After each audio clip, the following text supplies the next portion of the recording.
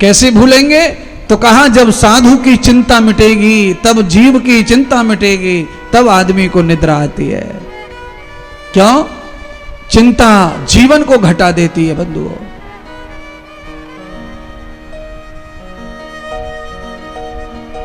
दुख आदमी की सोच समझ को घटा देता है। दुख आदमी के जीवन में दुख आ जाए ना तो ये बुद्धि काम नहीं करती है। फिर दुखी आदमी का चिंतन घट जाता है, उसका सोचना घट जाता है, उसको समझ में नहीं आता वो क्या करे क्या ना करे।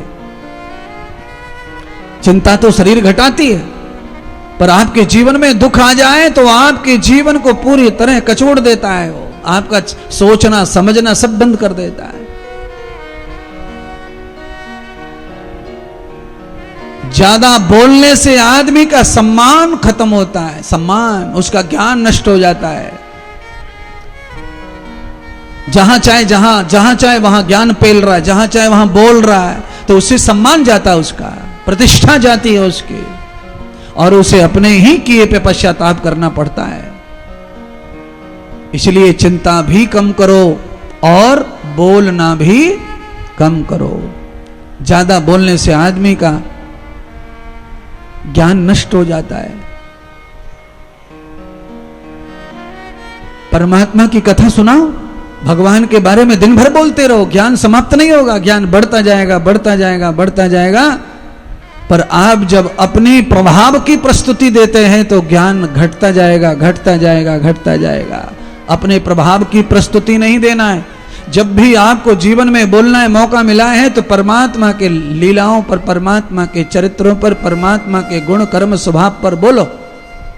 विस्तार होगा ज्ञान का, बुद्धि का, चिंतन का, ध्यान का, साधना का, तप का, जप का। आपका यश फैलेगा। और आप व्यर्थ की बातों में फटे में पैर डालकर बोलना चाहते हैं तो आपका जीवन घटेगा, स्वाभिमान घटेगा।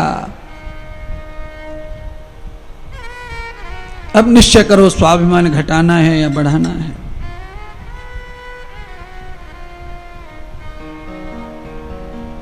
नारद जी ने कोई दुख नहीं बताया पूछने पर भी। सनत कुमारों ने जान लिया कि ऐसे महान संत बताते नहीं हैं, उन्हें तो हम ही सेवा में भाव में लाएंगे। कभी कभी भाव में आकर के जो चीज कभी न करते संत महात्मा वो भी कर लेते हैं, भाव के अंधेरे में। क्यों? भाव से बड़ा दुनिया में कोई रिश्ता भी नहीं है और कोई पूजा भी नहीं है। और इस सृष्टि पर जो कुछ भी आज तक हुआ है वो भाव के अंधेरे में ही हुआ है। आदमी फिर कौन कपटी कौन छलिया ये सब बातों को भूल जाता है, उसके भाव प्रधान का कारण। आपने राम कथा सुनी होगी। राम कथा में प्रताप भानु नाम के राजा हैं, वही बाद में रावण बनते हैं। उनका ही मित्र उनका दुश्मन हो जाता है, जंगल में चला जाता है प्रताप भानु राजा से अपने प्राण बचा करके, और साधु का भेष धारण कर लेता है, दाढ़ी बाण जटा जूट कर लेता है। एक समय प्रतापवान राजू के जीवन में भी ऐसा आ गया कि उसे जाना पड़ा जंगल में तप जप करने के लिए। तब वो जो है कपटी मणि राजा प्रताप भानु को मिलता है, और जब मिलता है तो वो कहता है कि आपके जीवन में जो संकट आया है उस संकट से बाहर आना है तो ब्राह्मणों को भोजन कराओ। तो राजा प्रताप भानु ने ये सारी बातें मान ली, और जब समय आया भोजन कराने का तो वो कपटी मुनि ने ही ब्राह्मणों के भोजन में जो है मांस आदि मिक्स कर दिया, जो राजा प्रताप भानु को पता नहीं था, कपटी मुनि ने कर दिया। और बाद में जो है ब्राह्मणों को बता दिया कि इस राजा ने तुमको मांसाहारी भोजन कराया है, इस कारण ब्राह्मणों का श्राप लगा राजा प्रताप भानु को। इसीलिए राजा प्रताप भानु ब्राह्मण कुल में पैदा हुए, पर वो राक्षस स्वभाव के पैदा हुए श्राप के कारण। ये क्या है? मित्र कब कपटी बन गया, मित्र कब कपटी बन गया। राजा प्रताप भानु के साथ कैसी गद्दारी की योजना उसने बनाई, उसके लिए उसने रूप बदला, जंगल में जाकर के रहा, दाढ़ी बढ़ाई, बाल बढ़ाए, साधु का भेष बनाया, और जाकर के मौका मिला तो उसने रोटी सेक दी और राजा को कई जन्मों के लिए बेकार कर दिया। रावण केवल अपने पापों के कारण अपयश को प्राप्त नहीं हुआ, रावण को कपट और छल के श्राप भी लगे थे बहुत सारे जन्मों के, उसके कारण भी उसको अपयश मिला। मेरे जीवन में, आपके जीवन में, सबके जीवन में जन्म जन्मों का पुण्य पाप चलता है, श्राप अभिश्राप चलते हैं। न जाने कौन से जीवन का कौन सा श्राप कौन से समय प्रकट हो जाए। अकर्मण्य बिना किए भी आदमी जो है दुख में पड़ सकता है, अपयश में पड़ सकता है, बदनामी में पड़ सकता है। किया नहीं है पर बिना किए भी ऐसा हो सकता है। क्यों? न जाने किस जन्म का कोई पाप, कोई दोष, ज्ञान अज्ञान का चला आता है, उसका परिणाम अवश्य भोगना पड़ता है। नारद जी को बिठा लिया सनत कुमारों ने और कहा, त्वातम सद्भवयोतयु, त्वातम सद्भवेतयो यस्यम कर्म प्रपन्नय। हे राजन, हे नारद जी, अब तो आपको चाहिए कि आप कोई सत्कर्म करें जिससे आपके समस्त मनोवांछित इच्छाएं पूरी हों और आपके वचन से मुक्ति मिले। आप सब लोग सुने, नारद जी ने केवल 2 वचन दिए, आपने तो लाखों वचन दे दिए समाज को, लाखों दे चुके हैं आप। किस किस को क्या क्या बोल चुके हो आप अपने जीवन में, तुम्हें याद ही नहीं होगा, इतने वचन दे चुके हैं। उन वचनों की पूर्ति करने के लिए जमीर चाहिए, सम्मान चाहिए अंदर आत्मा में। आदमी को फर्क नहीं पड़ता कुछ भी, आदमी इतना बेशरम लीचड़ हो गया है कि वो किसी को क्या वचन देता है और उस वचन को कब तोड़ देता है, किसको क्या बोला और क्या नहीं किया, उसे कोई फर्क नहीं पड़ता। हाँ नहीं किया, नहीं किया, जा, हाँ हमने बोला था, जा, जो करना कर ले, जा। अरे बाबा, ये करने वाला कुछ नहीं करेगा, पर तूने जो वचन बोल दिया है उसका फल तुझे भोगना ही पड़ेगा। लोग बिल्कुल भी डरते नहीं है अब। हाँ, हमने कल बोला था, आज हम पलट गए, जाओ, सामान हमारा है, हम दे ना दे, कल बोल दिया आज ना बोल रहे, जाओ। अरे बाप रे, वचन की पूर्ति के लिए तो महाराज बेटे के ऊपर आरे चला दिए हमारे देश के पूर्वजों ने, हमारे राजा महाराजाओं ने। हाँ, आपने नहीं सुना तुलसीदास के रामायण में क्या लिखा है? चौपाई गाओ।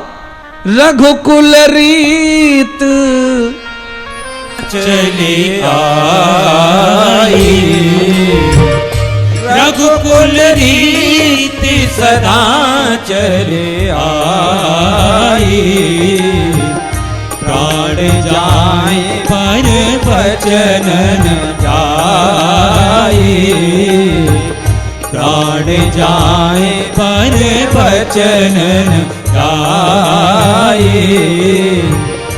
मंगल भवन अमंगल हारी, द्रवहु सुदशरथ अजर बिहारी, द्रवहु सुदशरथ अजर बिहारी।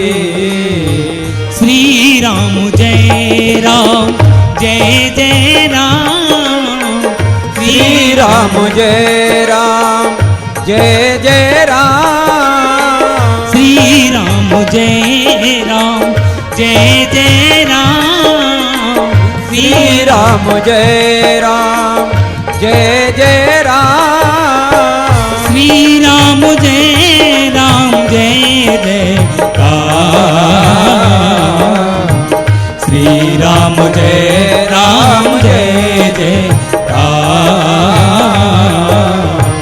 श्री राम जय राम, जय जय राम।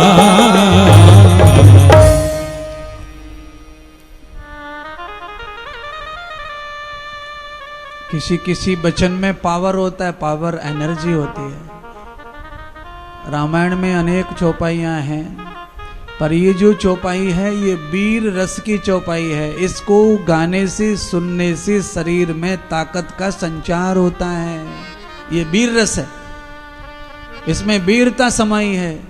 रघुकुल रीत सदा चले आई। और यही रामलीला के अगर मंच पर गाई जाती है तो आदमी न जाने कितनी एक्टिंग करके गाता है इसको। प्राण जोई पर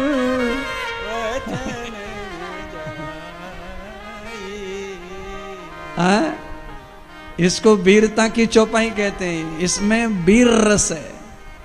इससे मुरझाया हुआ इंसान भी थोड़ी देर के लिए जीवित जैसा हो जाता है, एनर्जिक हो जाता है, पावर आ जाती है उसमें। इन चौपाइयों को बच्चों के सामने रखो, इनका अर्थ करो, वीरता आएगी, गुणवत्ता बदलेगी। शब्दों में अनेक प्रकार की ऊर्जा भरी हुई है। उन ऊर्जाओं को लेना है तो कहना क्या है, अब समझ सकेंगे तो समझ जाओ। हर चौपाई में, हर श्लोक में अलग अलग एनर्जी, अलग अलग स्वाद, अलग अलग रस है। दृष्टवाम त्वया वाक्यम, दृष्टवाम त्वया वाक्यम ब्रह्मयोग जनार्दनम अस्य त्वयाः कीर्तित्वयां जातां कृति भवन्तये। क्या पढ़ाया होगा जीजाबाई ने शिवाजी को? शब्द ही तो पढ़ा है। सीता ने लव कुश को क्या पढ़ाया होगा? शब्द ही पढ़ाए। और उन शब्दों की वजह से शिवाजी को क्या मिला? कीर्ति। लव कुश को क्या मिला? कीर्ति। और दूसरा, और भी कोई औलाद होंगी, उनके माता पिता ने उनको क्या सिखाया, क्या पढ़ाया होगा महाराज? कौन है वो? शुक्राचार्य जी को ही ले लो। शुक्राचार्य जी जैसे थे वैसे ही उनके बच्चे भी पैदा हुए, बालक भी, पुत्र भी वैसे ही पैदा हुए, संड और मर्क। जो स्वभाव शुक्राचार्य जी का था वही सिखाया और वही बन गए। पर नारद जी जो शब्द सुना रहे थे और हिरण्यकश्यप की पत्नी के पेट में जो बालक था वो सुन रहा था, नारद के शब्दों को सुनकर जो बालक पैदा हुआ प्रहलाद, उस प्रहलाद के ऊपर शुक्राचार्य के वचनों का फिर प्रभाव नहीं पड़ा। क्यों नहीं पड़ा? शब्दों का ही खेल है संसार में, वाक्यों का ही खेल है संसार में। ये शब्द रूपी जो ज्ञान है इसका ही प्रभाव जीवन पर पड़ता है। इससे ही अच्छा और बुरा इंसान बनता है। जो लोग अच्छे हैं उनके पेशाब में कोई गंगा जल नहीं है, उनकी लेटरिन में कोई खुशबू नहीं आती कमल के फूल की। जो लोग दुर्जन हैं वही वैसे हैं, सज्जन हैं वो भी वैसे ही हैं। अगर वो थूकेंगे, खकार फेंकेंगे तो वही खकार है, वही जीवाणु है। सज्जन का भी वही है, दुर्जन का भी वही है। पर सज्जन और दुर्जन दोनों के अंदर अगर कुछ है अलग अलग तो वो केवल विचारों का ही सज्जन है और विचारों से ही दुर्जन है। दुर्जन शब्द ही आपको बता देता है। दुर्जन का सही शब्द है दुष्ट जन, दुर्जन। और सज्जन, सज्जन का सही वाक्य है सत्य जन, सज्जन। जो सत्य जन है वो सज्जन होते हैं और जो दुष्ट जन है वो दुर्जन होते हैं। दुर्जन में थोड़े दुर्गुण होते हैं, दुर्विशन होते हैं, इसलिए वो दुर्जन कहलाता है। सज्जन के अंदर सत्य होता है, साम्यत्व होता है, सरलता होती है, सात्विकता होती है, इसलिए वो सज्जन कहलाता है। केवल व्यवहार ही दुर्जन और सज्जन बनाता है। शब्द, ज्ञान, ये दुर्जन सज्जन बनाते हैं। जितनी देर में आपको सज्जन बनाने के लिए शब्दों का चयन करके सुना रहा हूं, अगर मैं इतनी ही देर आपको टेलर का काम सिखाऊं, टेलर का, सूट सिलवाना का, कपड़े सिलवाने का, तो 3 घंटे में आप काफी कपड़ा सीख जाएंगे सिलना। आपको जैसा सिखाया जाएगा वैसा आप सीख लेते हैं, जान लेते हैं। इसीलिए कलयुग में भगवान ने कहा, व्यास जी ने, कि कलयुग आ रहा है और कलयुग में केवल और केवल भगवतीय जो शरणागति रहेगा, भगवतीय चिंतन करेगा, कलयुग में वो टिका रहेगा लंबे समय तक, और जो कलयुग के थपेड़ों में बह जाएगा वो पैसे वाला बन जाएगा, जय जयकार उसकी हो जाएगी, पर वो ज्यादा दिन यहाँ टिकने वाला नहीं है। टिकेगा वही महाराज। आप देख लेना, अगर आप और हम जिंदे रहे तो आप लिख लो 2035 2040 तक आपके सामने ही पूरे विश्व में बहुत कम लोग रह जाएंगे संसार में, बहुत कम लोग। 10-15 साल और है, हम और आप जिंदे रहे तो हम भी देख लेंगे, आप भी देख लेना। क्यों? जिस तरह दुर्जनता बढ़ रही है, आप समझ लेना कि आप विनाश की ओर ही जा रहे हैं। सज्जन लोगों को ही धरती पर रहने का अवसर मिलेगा, वो ही बच पाएंगे इस प्रखंड से। आप ये सोच के बैठो ही मत, प्रहार होंगे और एक एक ऐसे ऐसे केमिकल के बम बने हुए देशों के पास, जहां भी गिर जाएगा वहां देश खत्म हो जाएगा, गांव खत्म हो जाएगा। 26.5 सेकंड का पहाड़ से आया हुआ पानी मलबा अगर पूरे गांव और बाजार को नस्ताभूत कर सकता है 26.5 सेकंड में, तो महाराज किसी देश से गिरा हुआ केमिकल बम जब गिरेगा तो न जाने कितने शहरों को ले डूबेगा। क्या अच्छाई की ओर नहीं जा रहा है तुम्हारा सोच और चिंतन और विज्ञान? इसीलिए सात्विक विचार अपने जीवन में जितने होंगे उतने लंबे समय तक अपन जीवित रह सकते हैं, अपने परिवार की सुरक्षा कर सकते हैं। दुर्जनता और हिंसा के लिए ज्यादा टाइम नहीं है संसार में भगवान के पास। नारद जी बैठ गए, सनत कुमारों की आज्ञा मानने लगे। सनत कुमारों ने कहा, नारद जी अगर आपको भक्ति को प्रसन्न करना है, उनके पुत्रों को चेतन जीवंत करना है, फिर से जवान करना है, ज्ञान और वैराग्य को, अपने पिता ब्रह्मा को शांति प्रदान करनी है, और आपको पुत्र के ऋण से, संत के ऋण से उऋण होना है, तो सत्कर्म के सिवाय ये संभव नहीं है।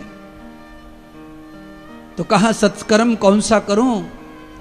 तो उस समय सनत कुमारों ने कहा कि श्रीमद् भागवत भगवान श्री कृष्ण के चरित्रों को श्रवण करने से ज्यादा बड़ा सत्कर्म अब कोई नहीं है इस समय।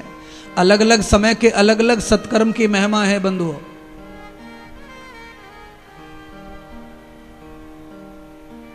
सनत कुमारों ने अपने समय की महिमा बताई कि इस समय तो भगवान के चरित्र का श्रवण, मनन, आचरण यही सबसे बड़ा सत्कर्म है।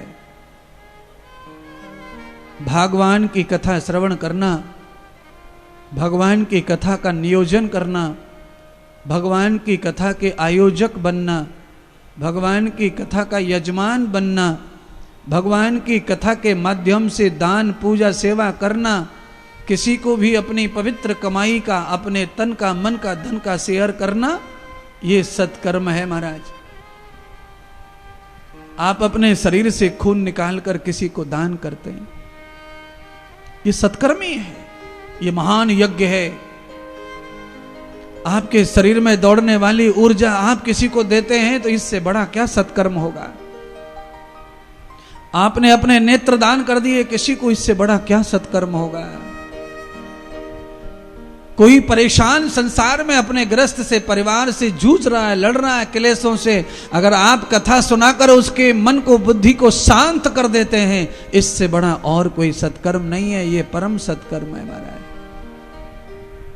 कितनी भी अच्छी बात समाज में कोई बताए, हमें शांति नहीं मिलती, और हम चाहे जितने बेचैन होते हैं, पर जब हम गुरुवाणी सुनते हैं, कथा सुनते हैं भगवान की, तो हमें शांति मिलती चली जाती है, हम गहरी शांति की ओर बढ़ जाते हैं। हमारे अंदर चल रही उछल कुचल वो धीरे धीरे शांत हो जाती है। ये पक्का मानो सब लोग कथा सुनने नहीं आए हैं, कुछ लोग कथा के बहाने बैठे ही यहां, पर बैठे हैं इसलिए कथा के प्रभाव से उनको भी शांति प्राप्त हो गई, अब उनका भी मन कथा में लग रहा है। नहीं तो यहां पर 2-4 लोग ऐसे बैठे, खाली वो यही देखने आए कि कौन कहां बैठेगा, कथा में वो कहां बैठेगा, वो कहां बैठेगी, वो कहां देखेगा, वो कहां देखेगी। कुछ लोग इसी का निरीक्षण कर रहे हैं, पर वो निरीक्षण करते करते फेल हो गए बेचारे, खुद ही लुट गए। क्यों? कथा के शब्दों का प्रभाव ऐसा होता है कि बुद्धि को अपने आप अच्छा कर देता है। जैसे ही विचार जाते हैं सब कुछ अच्छा हो जाता है महाराज। आपने देखा होगा लोहार भट्टी में डालता लोहे को, लाल कर लेता है, और लाल करके जब ठुकाई करता है तो उसका लालापन खत्म नहीं होता, लाल ही रहता है वो थोड़ा थोड़ा। काला भी हो जाए पर उसके अंदर जो आग भरी है वो कम नहीं होती है। पर उस आग को वो ठंडा नहीं करता, वो सीधा उसे पानी में डाल देता है, और पानी में पड़ा पड़ा लोहा अपने आप 10 मिनट में बिल्कुल बर्फ हो जाता है। इसीलिए गर्म था, पानी में जाने से अपने आप ही ठंडा हो गया, उसको ठंडा करना नहीं पड़ा। ऐसे ही आपके मन में चाहे जैसे भी विचार भरे थे उल्टे सीधे, पर जब आप कथा में सत्संग में आकर बैठ जाते हैं तो धीरे धीरे आपके विचार सब अच्छे होने लगते हैं, आपकी सोच भी अच्छी होने लगती है। आप आए थे कुछ सोच के, पर विचार बदल गए कथा के भाव से। यहां सभी कोई मेरा बन के नहीं आए, मेरे बनने का कुछ नाटक भी कर रहे हैं, और कुछ बने हुए पहले से दूसरों के, और यहां आए हैं मेरा बनने के। मेरी तरफ भी भाव है, पर मेरी तरफ भाव कैसा? मेरी तरफ का मतलब मेरी तरफ नहीं है कहीं ऐसा, इसको उल्टा मत ले लेना अपने दिमाग में। मेरे से तो सबका प्यार है इसीलिए आए हो। मेरी तरफ का मतलब होता है समझाने के लिए बोल रहा हूं। मेरी तरफ, मेरी तरफ माने तुम बोलो अपनी तरफ, तुम बोलो। आपके बगल में जो कुर्सी पे सट के बैठे हैं उनके बारे में सोचो कि ये मेरी तरफ क्या भाव लेकर बैठे। कोई भाव है ही नहीं आपकी तरफ। XYZ हो गया है, आप आकर बैठ गए थे, वो भी आके बैठ गया कुर्सी पर। थोड़ी देर के बाद में पता चला कि हम तो पड़ोसी बन गए। यहाँ पे 5 मिनट के बाद कमरे में थोड़ी पता था कि मैं कहाँ बैठूंगा, किसके पास बैठूंगा, मेरा पड़ोसी कौन बनेगा कथा में, किसी को नहीं पता। सब लोग चले आए, जगह पकड़ ली अपनी अपनी, और जो जिसके पास बैठ गया 3 घंटे के लिए वो उसी का पड़ोसी हो गया, उसी का हो गया वो।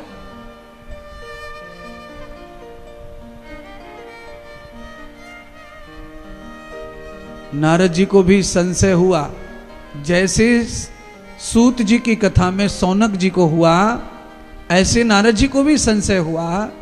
तो नारद जी का संशय दूर कैसे हो? सौनक आदि ऋषियों का संशय दूर करने के लिए सूत जी ने नारद जी की कथा सुनाई। अब नारद जी का संशय दूर करने के लिए सनत कुमार किसका महत्व सुनाएंगे, किसकी कथा सुनाएंगे? तावते यश्चम प्रमात पुण्यम। तो नारद जी ने भी ये कहा कि भागवत कथा, ये कहानियां कृष्ण की सुनकर कैसे भक्ति जागृत होगी, ज्ञान कैसे होगा? ज्ञान तो वेदों में होता है, भागवत में कहां ज्ञान है? भागवत में तो किसी का इतिहास लिखा हुआ है। कैसे वैराग्य होगा? तो भगवान श्री सनत कुमार कहते हैं, नारद आपका संशय जायज है, पर आपके संशय को दूर करना भी हमारा कर्तव्य है।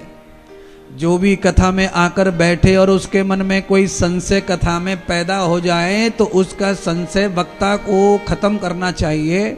अगर वो संशय लेके ही चला गया और उसका संशय नहीं मिटा तो फिर वो कथा सुनने में असमर्थ होता है, उसकी श्रद्धा कथा से हटने लगती है। इसीलिए वक्ता को चाहिए कि संशय पैदा करने वाली कोई बात कथा में नहीं कहनी चाहिए, नहीं कहनी चाहिए। ऐसी बातें कहो जो व्यक्ति के संशय को समाप्त करे और संशय बढ़ा दे, ऐसी बात ना कहो, ऐसा कोई टॉपिक ना कहो, ऐसा कोई दृष्टांत भी ना बताओ। संशय मिट जाए इसीलिए कथा है, संशय बढ़ जाए इसीलिए कथा नहीं है। इसके लिए भी गोस्वामी जी ने चौपाई लिखी है। कथा क्या करती है? क्या करती है कथा? तो कहा राम कथा सुंदर करता रे, राम कथा सुंदर करतारी संशय विहग उड़ावन हारी संशय विहग उड़ावन हारी श्री राम जय जय राम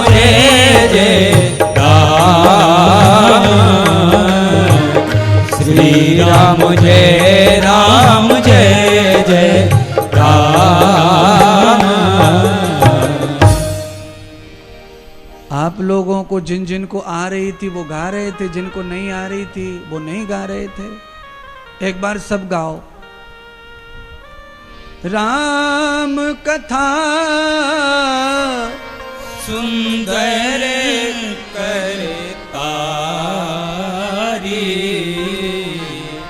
संशय विहग उड़ावन हारी। घर के ऊपर ज्यादा कौआ बैठ जाए तो वो अच्छी बात नहीं है। हाँ, बेहग माने कौआ, बेहंग पंख वाला जीव, और वो भी कौआ।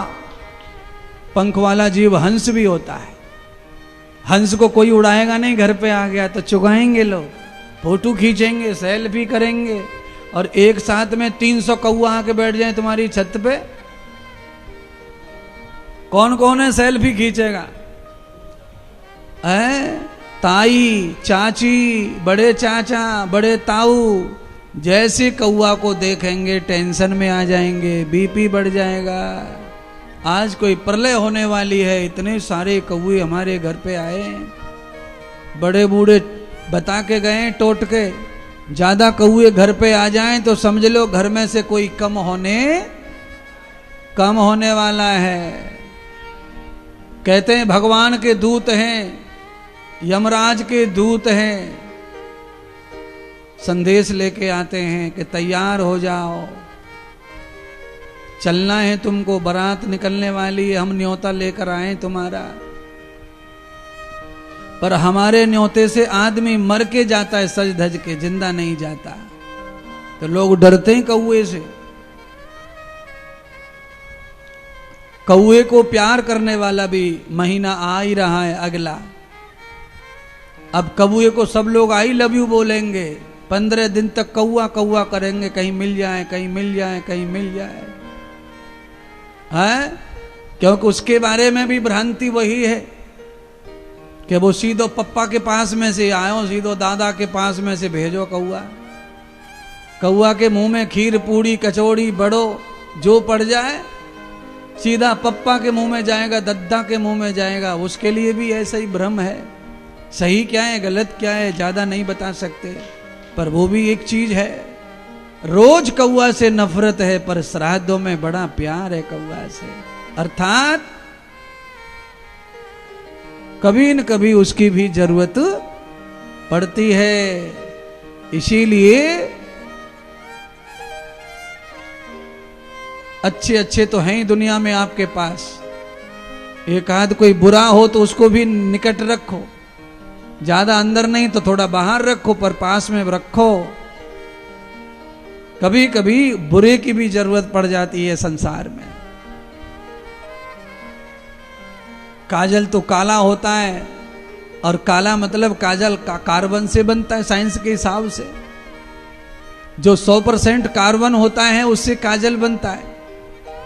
पर मैं इतना बता सकता हूं, आयुर्वेद का नॉलेज रखता हूं इसलिए बता सकता हूं कि कार्बन जो होता है वो कफ वृत्ति को मारता है, कफ के रोगों को मारता है, और कफ के रोगों के कारण ही आंखों पे चश्मा चढ़ता है। कफ वृत्ति बढ़ जाए शरीर में तो आंखें देखना बंद कर देती हैं, मोतियाबिंद का लेयर आ जाता है, कफ सूख जाता है आंख के बाहर, उसको मोतियाबिंद कहते हैं। कफ वृत्ति बढ़ जाए तो कैसे रोकें? तो कहा आंख में गाय का घी लगाएं, और वो न मिले तो गाय के घी से काजल बना के लगाएं। तो आंख में लंबे समय तक कफ का समन हो जाता है, और कफ के समन के कारण आंखों से चश्मा हट सकता है, आंखों की दूर की नजदीक की रोशनी वापस आ सकती है। कफ नष्ट हो जाएगा तो आंखों में फिर से ताजगी और तेज आ जाता है। कफ वृत्ति के कारण आंखों में कमी आती है। वात, पित्त और कफ, तो कफ के द्वारा कम से कम 80 प्रकार के रोग शरीर में आते हैं। वात के द्वारा कम से कम 45 प्रकार के रोग आते हैं शरीर में, और पित्त की वजह से भी इतने ही रोग आ जाते हैं। अब सबसे ज्यादा रोग आते हैं कफ की वजह से। तो कफ कैसे समन होता है? तो कहा कार्बन के शरीर में जाने से कफ की निवृत्ति हो जाती है और कफ समाप्त हो जाता है, तो स्वास्थ्य अच्छा हो जाता है। तो आंखों को अच्छा करने के लिए गाय के दूध का, गाय के घी का सेवन करना चाहिए, और गाय के घी के साथ में काजर बना करके उसका भी सेवन करना चाहिए नेत्रों पर, उससे बड़ा लाभ प्राप्त होता है। तो आंखें तो काजर से खराब सी हो जाती हैं, कारी कारी सी है जहां में, पर वो काली काली आंखें जो है बड़ी सुंदर लगे बाद में नहा धो के महाराज। जो एक्स्ट्रा कालापन है वो तो छूट जाता है साबुन से मुंह धो करके, और जितनी जरूरत है सुंदर बनाने के लिए अंदर बाहर उतना रह जाता है धो के भी, फिर वो आपको सुंदर बनाता है। अंदर से आंखों को अच्छा करता है और बाहर से चमड़ी को भी सुंदर डिजाइन में ला देता है, आंखों को सुंदर दिखाता है। तो कभी कभी किसी किसी चीज का ज्ञान नहीं है तो हम लोग उससे दूर जाते हैं। ज्ञानी लोग क्या कहते हैं मालूम है? अंग्रेजी लोग बोलते हैं, बताओ, राख आंख में भर रहे, राख, दिया से निकला हुआ धुआं पात्र के ऊपर जम जाता है, उसे आंख में भर रहे, आंख फूटेगी फूटेगी ऐसा बोलते हैं। और आयुर्वेद बोलता है कि उसी काजल से समन होगा कफ का और आंख निखरेगी, बाहर आएगी, सुंदर बनेगी। काजर जो है कार्बन तो है साइंस के हिसाब से, पर वो राख नहीं है। राख कहते हैं बत्ती जल जाए उसका जो कचरा है उसको राख कहते हैं। बत्ती से निकलने वाला जो तेज है, अग्नि है, वो राख नहीं है। तो हर चीज का अर्थ लगाना पड़ेगा, समझना पड़ेगा, तब बात समझ में आती है। तो ज्यादा अंग्रेजी बातों पर ज्यादा गौर न करके आकर के अपनी ही बातों को ज्यादा गौर से अध्ययन करो, ज्यादा सीखो, उससे ज्यादा लाभ है। प्यारे बंधुओं, आप जो जानते हैं अपने बारे में या अपनी संस्कृति के बारे में, उनका यूज किया करो।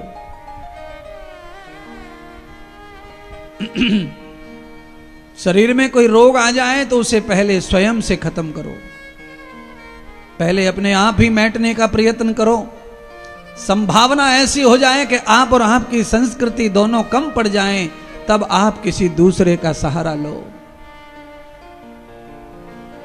जरूरत में सहारा लेना, पर अति हो जाए तो लो सहारा। आपके पास भी बहुत सारा संसाधन है। नारद जी का संशय मिटाने के लिए सनत कुमारों ने आत्मदेव की कथा सुनाई। आत्मदेव कौन है? तो कहा भद्रम तम पुरुषस्य ये वे सरिता यथा क्रम।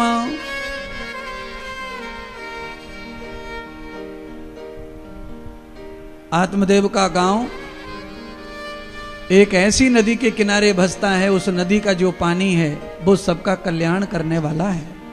उस नदी का नाम है तुंगभद्रा। तुंगभद्रा नदी के तट पर आत्मदेव रहते हैं। और आत्मदेव की विशेषता क्या है? तो कहा श्रेष्ठ पुरुषः। आत्मदेव श्रेष्ठ पुरुष है। और श्रेष्ठ पुरुष किसको माने? तो कहा श्रेष्ठ पुरुष वो है जिसने जीवन में किसी का अहित न किया, अपने सुखों के लिए, अपने सम्मान के लिए।